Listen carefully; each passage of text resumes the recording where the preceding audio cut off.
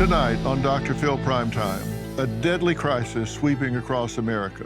This penny is the size of a lethal dose of fentanyl, and every 9 minutes, a loved one is lost in an instant to fentanyl poisoning. Families shattered, dreams cut short, and an epidemic that knows no boundaries. How can a single pill take a life? And what can be done to stop this silent killer from claiming more victims? The heartbreaking stories of parents who never saw it coming. My first guest, Kamal, lost his 22-year-old son, Ethan, to fentanyl poisoning just days before his college graduation. Now, I say fentanyl poisoning. I didn't say fentanyl overdose because it's not an overdose. It's outright poisoning. And it is absolutely tragic, and the people involved are going to be talked about tonight. Kamal, thank you so much for joining us. Thank you, Dr. Phil, and I have to commend you for the great work you've done on bringing awareness to this epidemic. Well, thank you. I'm sorry to have to do it, but it's tragic what is happening to our young people, and among them is tragically your son, Ethan, who on May 17th, 2021, asked you to go to a casino. You replied, your call. I mean, he's a young man. He can do what he wants to do, but you guys have always been very close and great communication. And we see on the text message that you guys exchanged that was the last text between Ethan and Kamal. Dad, is it all right with you if I go to Mohegan Sun for the night with my boys? We'll be back tomorrow. Your call. Ethan, okay, I'll be back tomorrow. Leaving now, wanted to say bye, but didn't want to disturb. Your response, okay. That was your last communication with him, is that right? That's correct. I'm so very sorry for your loss. And your son, Ethan, tell us a little about him. He certainly didn't have a drug problem. We know that. What else can you tell us about him? Ethan was, every child is special, but Ethan was the most amazing child you could have ever wished for. From the very beginning, he was intelligent, he was empathetic, he had a very high IQ and EQ, and he played sports. He played billiards. He was a champion billiardship player. He was the high school valedictorian. He always excelled at everything he did. He even did a radio show while he was in college. So there was never a day I wasn't proud of him. He was just an incredible child. And how did he get exposed to this fentanyl that poisoned him and took his life? Yeah. So when he wanted to go to the Mohegan Sun Casino in Connecticut to celebrate his graduation with his friends, he was winning. He was having a good time. His friends went up to bed. And he was targeted by a known drug dealer who's been dealing for decades. He was specifically targeted because he looked like a young kid, was having a good time, and he made a mistake. Look, I'll always admit Ethan made a mistake when he agreed to go into that bathroom with the dealer named Gerard Santiago. And in that bathroom, he was given a drug laced with fentanyl. We believe it was cocaine laced with fentanyl. And small amounts will kill you. And he collapsed within 15 minutes of coming out of that bathroom. And he could have been saved, but he was not attended to for 11 minutes. 5 minutes to even call EMS, 7 minutes to even check his pulse, and no time was he given Narcan to revive him. That, of course, is shocking in its own right, but he went back out, resumed his place playing, and he just collapsed out of the stool, and you say he just laid on the ground there for several minutes before anybody came to attend to him. This is obviously terrible, and we're talking about this. This is an epidemic proportion of what's happening right now, and we're talking about anywhere between 80 to 100,000 people a year that this is happening to. There's very few times that you'll see it on camera like we do here because there are so many cameras in this casino. And this has to be horrifying for you to have to look at and see. And I understand that this dealer had been banned from this casino should have never been there in the first place. That's correct. He was banned years ago. And as far as we are aware, he's been in that casino multiple times since that ban. And he provided his ID because he was questioned as a witness by the Mohegan Sun police, and he was let go even though he's on the trespass list. So he was allowed to walk away scot-free. It took years and a monumental effort by the DEA and by the U.S. Attorney's Office to even bring this case to justice. And it took, I would say a lot of work, more work than it should have taken.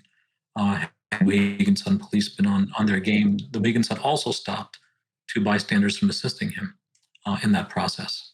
That's just so tragic. And you believe that he knew there was fentanyl in this substance that he was giving to Ethan? Not at all. For sure he didn't know. Ethan never took fentanyl in his life. Ironically, if he had, he might have survived. Ethan was what's called opioid naive. He had never had an opioid in his life. And therefore, the impact on him was pretty severe. Only takes about 2 milligrams of fentanyl in order to kill, an adult. And it does act within 15 minutes. And you see the signs. You see the videotape of Ethan dimming out like a light bulb. And that dimming is a classic sign of a fentanyl poisoning or overdose. And I do appreciate you using the word poisoning here, because he had no idea what was in what he was taking. As many families and, as many victims of this scourge have no idea what they're taking. It's just inserted in everything in the supply these days. Well, and that's the tragic thing. And you may have misunderstood my question. I was asking, do you believe that Gerard Santiago knew there was fentanyl in the substance that he was giving to Ethan? Either he knew or he didn't care. Gerard Santiago later was set up through a confidential informant and on video and audio was caught distributing fentanyl and other illicit drugs to a set up buyer, a confidential informant buyer. This is after he knew Ethan died. And he watched them take Ethan away. He left after Ethan collapsed, didn't say a word, circled around, watched them take Ethan away, and then he continued selling drugs, including fentanyl. So I would say specifically in that batch of cocaine, did he know there was fentanyl? I don't know if he knew there was fentanyl. I can definitively say he didn't care if there was fentanyl there. He continued selling even after he knew what had happened. That's correct. Now, how long did it take to get accountability here, to get him arrested and prosecuted? It took 3.5 years to get this case to justice. Come on, why is that? Look, it is hard to prosecute on these crimes. The evidence is not clear. Here, thankfully, we had the evidence. The Mohegan Sun was not willing to give up the evidence, so the DEA had to really force the evidence, including that videotape that you've seen. And there was a time where drugs in the 80s era and the Reagan era, where there was a lot of criminal activity, there was a lot of arrests, a lot of people lost their careers, their livelihood, small amounts of drugs and drug possession. That has become a boomerang now, where many states are unwilling to prosecute cases like this. They believe that jail is not the answer. It's not going to fix the problem. But I have a different point of view. I have a point of view that says the rights of victims have to go higher than the rights of criminals. And it is a deterrent. Jail is a deterrent for these crimes, and dealers should care about what they're distributing. I couldn't agree more. And coming up, Kamal's biggest regret as a parent. That's next.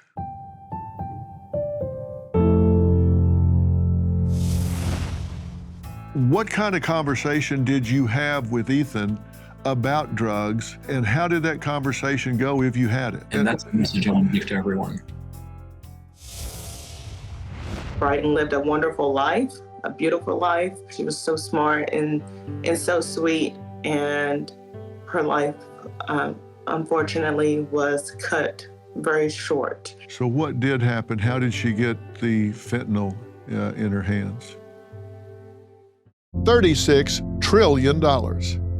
That is the U.S. debt, and it gets deeper and deeper by the day. Our debt has never been higher, nor have the stakes. The government is looking to slash the federal budget by $2 trillion, and no one knows what that will mean for your job, savings, and future. I've seen a lot in my time, and there's one thing I know for sure.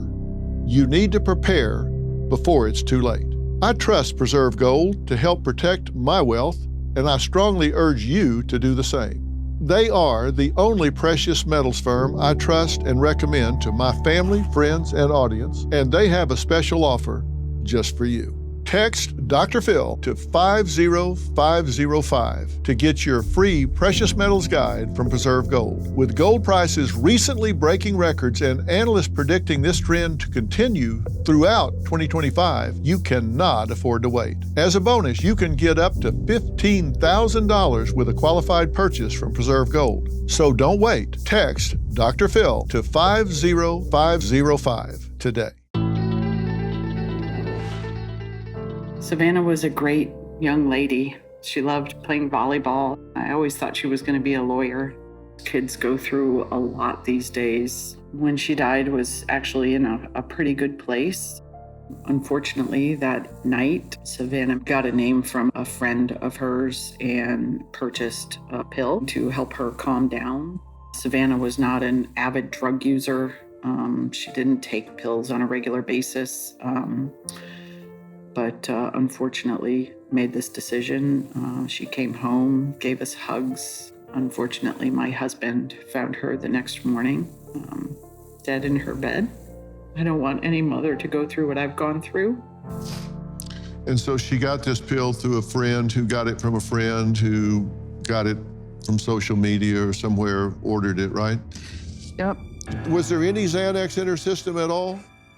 No. But it had fentanyl in it. 42% of these counterfeit pills have lethal doses of fentanyl in them. That's almost a 1 in 2 chance if your kids are buying these pills on the internet that they're going to wind up dead when they do that. Kamal's 22-year-old son, Ethan, had no idea the danger he was facing when he went with buddies to a casino to celebrate his upcoming college graduation. Now, the thing that I want to emphasize here is that in this day and time, drugs that you buy on the street, you have to assume that they are potentially lethal because fentanyl is flooding into this country at an unbelievable pace. Now, Ethan didn't realize fentanyl was laced into everything that's out there. But when kids are buying drugs, whether it's cocaine, something they may think is benign as something to treat ADHD that they might take to get through finals or whatever, fentanyl is making it into so many of these drugs. And every pill that a kid buys on social media is counterfeit. 100% of them are counterfeit. And the DEA tells me that close to half of those pills are going to have lethal doses of fentanyl mixed into them. And you say, well, why? Why would they want to kill their customers? They're not trying to kill their customers. They're trying to hook their customers, and they just don't know what they're doing. And they mix fentanyl into these drugs, and they become lethal. So that's what happened in this situation, I'm sure. And Kamal, what kind of conversation did you have with Ethan about drugs, and how did that conversation go if you had it? Yeah, we had multiple conversations about drugs. And, I was raised in a very strict household, and I never took recreational illicit drugs in my life. And we talked many times about the dangers of drugs. And the only thing I knew for a fact that Ethan did was recreational marijuana. And I was not happy about it. And, I didn't turn a blind eye, but I also wasn't going to separate myself from my son over recreational marijuana. Right. What I didn't realize is that one day he'd cross the line, and he had promised me he would never cross that line. But, you are celebrating something, you're doing well at a casino, you've had a few drinks. It's easy as a 22-year-old to cross that line. We've all made mistakes as a kid. And he made that mistake. And my regret on that discussion is not, hammering into him the idea that fentanyl's everywhere and can kill you, because I didn't have the awareness at the time. I always thought this was someone else's problem. I didn't think this was a problem that could affect my family, and I was wrong. Well, and that's the message I want to give to everyone. And that's the reason that I'm so grateful for you coming and having this conversation and using this tragedy to help others and save them from the same conversation. Because if you're watching this conversation that we're having right now, Kamal and I, then it may cause you to have that conversation with your child, because they get around friends and they get around people that say, hey, listen, I'll do this for you, I'll do that for you. And the truth is, it's like playing Russian roulette, but there's a bullet in every other chamber. I mean, it's just so high risk.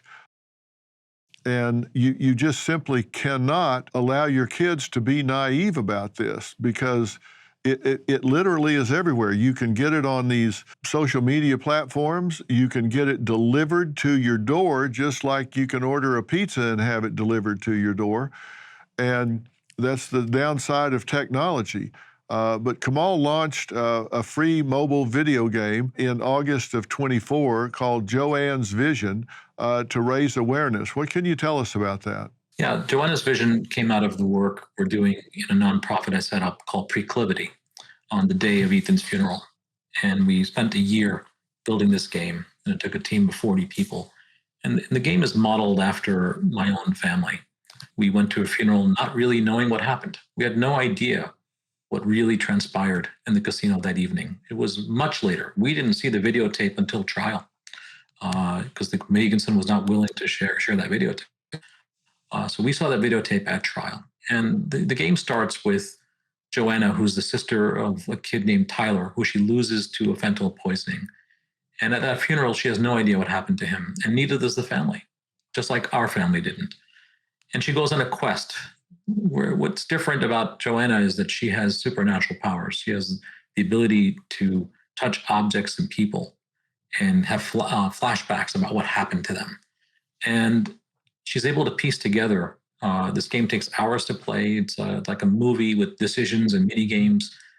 And through the course of the game, she gets what she wants, which is a quest for justice for the people that did this to her brother. But in that process, she understands that fentanyl can be in everything. She understands what to look for. What are the signs of an overdose or a poisoning? And through that game, she's able to rescue people using naloxone. So the game also teaches youngsters about what is naloxone, what are the signs, and how to save a life.